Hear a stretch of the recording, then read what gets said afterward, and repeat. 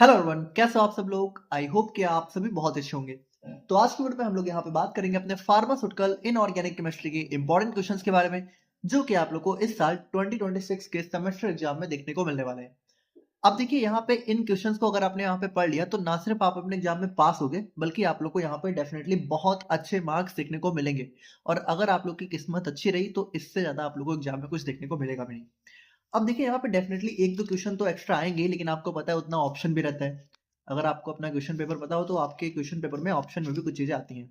तो बाकी मतलब लगभग आपको यही क्वेश्चन से सारा पेपर देखने को मिलेगा। तो अगर हम लोग यहाँ पे अपने यूनिट नंबर 1 की बात करें तो यूनिट नंबर सबसे पहला क्वेश्चन आ जाता है इम्प्योरिटीज के ऊपर। अब देखिए, इम्प्योरिटी के ऊपर हमें हर साल लगभग हर यूनिवर्सिटी में क्वेश्चन देखने को मिलता रहता है। तो इसके हमारे बहुत सारे जो भी सोर्सेज होते हैं और टाइप्स होते हैं, तो उनके बारे में भी हमारा यहाँ पे क्वेश्चन आ जाता है। तो इम्प्योरिटी के ऊपर हमारा लॉन्ग में क्वेश्चन बन जाता है, तो इसको आप यहाँ पे जरूर से देख लीजिएगा। अब देखिए, अगर हम लोग यहाँ पे यूनिट 1 की बात करें तो यूनिट 1 में आप लोग के बहुत सारे यहाँ पे लिमिट टेस्ट दिए हुए हैं। तो इन बहुत सारे लिमिट टेस्ट में जो आप लोग का आर्सेनिक, क्लोराइड, आयरन और सल्फेट का लिमिट टेस्ट है, ये हमारा यहाँ पे काफी इंपॉर्टेंट हो जाता है। तो इन चारों को आप यहाँ पे एटलीस्ट जरूर से कर लीजिएगा। एंड देखिए, यहाँ पे पूरी कोशिश करेंगे कि इसकी जो यहाँ पे एक सिंगल वीडियो लाई जाए जहाँ पे आप लोग को इन सभी क्वेश्चंस का आंसर मिल जाए। अब अगर हम लोग यहाँ पे यूनिट नंबर 2 की बात करें तो यूनिट 2 में हमारा सबसे पहला क्वेश्चन आ जाता है इलेक्ट्रोलाइट्स के ऊपर। अब यहाँ पे हमारी बॉडी के अंदर जो भी मेजर फिजियोलॉजिकल आयंस होते हैं, ठीक है, तो वहां से हमारा क्वेश्चन बन जाता है, तो इसको भी आप यहाँ पे जरूर से देख लीजिएगा। सेकंड क्वेश्चन हमारा यहाँ पे रिप्लेसमेंट थेरेपी से आ जाता है। तो रिप्लेसमेंट थेरेपी के अंदर हमारे बेसिकली आप कह सकते हो कि हमारा सोडियम क्लोराइड, कैल्शियम ग्लूकोनेट, ये सारी चीजें हमारी यूज होती हैं। तो यहाँ से भी हमारा क्वेश्चन बन जाता है। और थर्ड क्वेश्चन हमारा यहाँ पे डेंटल प्रोडक्ट से बन जाता है। तो ये भी हमारा एक बहुत इंपॉर्टेंट टॉपिक हो जाता है। इसके अंदर जो हमारा रोल ऑफ फ्लोराइड है in the treatment of dental caries, या फिर इसी क्वेश्चन को आप लोग को एंटी कैरीज एजेंट के नाम से भी पूछ सकते हैं। तो ये दोनों सेम ही क्वेश्चन बन जाते हैं, ठीक है। और ये बहुत इंपॉर्टेंट क्वेश्चन हो जाता है। डेंटल प्रोडक्ट्स के ऊपर हमें यहाँ पे लगभग हर साल क्वेश्चन देखने को मिलता ही रहता है। नेक्स्ट क्वेश्चन की बात करें तो हमारा यहाँ पे फिजियोलॉजिकल एसिड बेस बैलेंस के ऊपर आ जाता है। एंड उसके बाद आप लोग का शॉर्ट में या फिर 5 मार्क्स में ओआरएस के ऊपर भी क्वेश्चन हमें देखने को मिल सकता है। तो ये सारे हमारे यहाँ पे यूनिट 2 के इंपॉर्टेंट क्वेश्चन हो जाते हैं।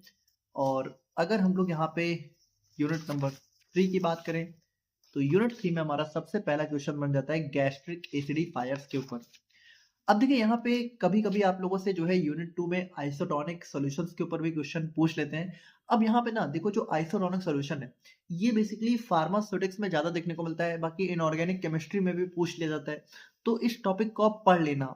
अगर आप लोग का फार्मास्यूटिक्स का पेपर पहले तो वहां तो पढ़ ही लेना। अगर इनऑर्गेनिक का भी है तो आप लोग जो है आइसोटोनिक सोल्यूशन देख लेना थोड़ा सा। अब यूनिट 3 की बात करें तो यूनिट 3 में देखिए, अब यूनिट 3 में ना क्वेश्चंस को पूछा बहुत अलग-अलग तरीके से जा सकता है, तो इसको थोड़ा-सा ध्यान रखना। जैसे यूनिट 3 में हमारा सबसे पहला क्वेश्चन आ जाता है गैस्ट्रिक एसिडिफायर्स के ऊपर। अब जैसे अगर आप लोग को पता हो तो इसके अंदर हमारी बहुत सारे बेसिकली कंपाउंड्स दे रखे हैं, जैसे कि अमोनियम क्लोराइड हो गया, हमारा यहाँ पे सोडियम बाइकार्बोनेट हो गया, एल्यूमिनियम हाइड्रोक्साइड जेल हो गया। तो इस तरीके से ना बहुत सारे बेसिकली दे रखे हैं हमारे सिलेबस में। लेकिन हम लोगों ने यहाँ पे जो भी एग्जाम में रिपीटेडली पूछा जाता है उनको यहाँ पे इंक्लूड किया हुआ है। तो इनको एटलीस्ट आप यहाँ पे थोड़ा सा कोशिश करना कि देख लेना, क्योंकि ये सारे जो भी हैं ये काफी रिपीटेडली आपको एग्जाम में देखने को मिल जाते हैं। अब देखो, इनको याद करने की एक ट्रिक है, ठीक है। तो हम यहाँ पे जब एक सिंगल वीडियो लेके आएंगे तो उसमें आपको बताएंगे कि कैसे आप लोग को याद करना है, तो आप परेशान मत होना, ठीक है। बस थोड़ा सा इन सबको देख लेना। अगर आपका एग्जाम पहले है तो आप देख लेना अपने अकॉर्डिंग। तो अगर हम लोग यहाँ पे बात करें तो सेकंड क्वेश्चन हमारा एंटासिड से देखने को मिल जाता है। अब एंटासिड के अंदर भी हमारा जो सोडियम बाइकार्बोनेट है और एल्यूमिनियम हाइड्रोक्साइड जेल है, तो इन दोनों से क्वेश्चन हमारा देखने को मिल जाता है।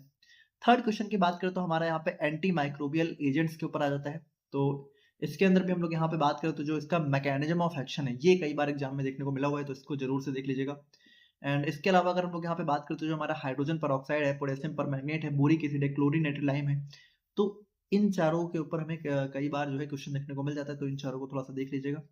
एंड नेक्स्ट हम लोग यहाँ पे बात करें तो अब फोर्थ क्वेश्चन हमारा कैथार्टिक्स से आ जाता है। तो कैथार्टिक्स के भी अंदर भी बात करें तो इसका जो मैकेनिज्म ऑफ एक्शन है और जो हमारा मैग्नीशियम सल्फेट है, काओलिन है और बेंटोनाइट है, तो इन तीनों के ऊपर हमारा बेसिकली जो है आप लोगों से क्वेश्चन में पूछ लिया जाता है। अब अगर हम लोग यहाँ पे यूनिट नंबर 4 की बात करें, अब देखो, आई नो आप लोग को लग रहा होगा कि ये कितना ही ज्यादा है, बट अगर आप लोग अपना सिलेबस देखोगे तो उसके अंदर और भी बहुत सारे बेसिकली दिए हुए हैं कंपाउंड्स, ठीक है, जो कि as a antimicrobial, as a antacid use होते हैं। तो इसके अंदर भी वैसे हमने सेलेक्टिव ही यूज सेलेक्ट की है, लेकिन आप लोगों को फिर भी ज़्यादा लग रहा होगा, बट इतना आप लोग थोड़ा सा कोशिश करना कि देख लेना ना। इसके अलावा अगर हम लोग यहाँ पे बात करें तो यूनिट नंबर 4 से हमारा जो है, देखिए अब यूनिट 4 में हमारे 4 मेजर टॉपिक्स जो है एग्जाम में देखने को मिलते रहते हैं, जैसे कि पहला हो गया एक्सपेक्टोरेंट, दूसरा हो गया हीमेटिनिक्स, थर्ड हो गया poison and antidote, and fourth हो गया हीमेटिक्स। अब देखिए इन सभी के अंदर आप लोग बस जो है एक एक कंपाउंड्स को पढ़ लेना। जैसे एक्सपेक्टोरेंट के अंदर आप लोग अमोनियम क्लोराइड देख लेना, हिमेटिनिक्स के अंदर आप लोग यहाँ पे फेरस सल्फेट देख लेना, पॉइजन एंड एंटीडोट के अंदर आप लोग सोडियम थायोसल्फेट देख लेना, हिमेटिक्स के अंदर आप लोग कॉपर सल्फेट देख लेना। ठीक है, तो ये चारों थोड़ा सा इंपॉर्टेंट हमारे हो जाते हैं।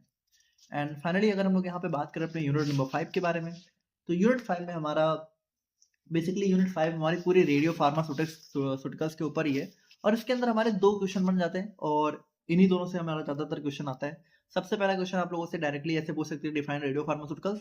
और यहाँ पे देखिए ये जो रेडियो फार्मास्यूटिकल्स होते हैं, इनको हैंडल करते समय या फिर इनको स्टोर करते समय किन किन बातों का ध्यान रखना चाहिए फार्मासिस्ट को, ठीक है, वो हमारे सारे क्वेश्चन में बन जाते हैं। एंड सेकंड क्वेश्चन हमारा आ जाता है इसी के अंदर हमारा various properties of alpha beta and gamma radiations. तो अब इसी के अंदर हम लोग यहाँ पे बेसिकली रेडियो एक्टिविटी को मेजर कैसे करते हैं, तो वो भी हमारा पूछ सकते हैं। तो देखिए यूनिट 5 के अंदर हमारे ये दोनों क्वेश्चन बन जाते हैं, और इसी के साथ हमारा यहाँ पे इनऑर्गेनिक केमिस्ट्री के इंपॉर्टेंट क्वेश्चंस कंप्लीट होते हैं। और नेक्स्ट हम लोग यहाँ पे फार्मास्यूटिक्स के इंपॉर्टेंट क्वेश्चंस के बारे में बात करते हैं।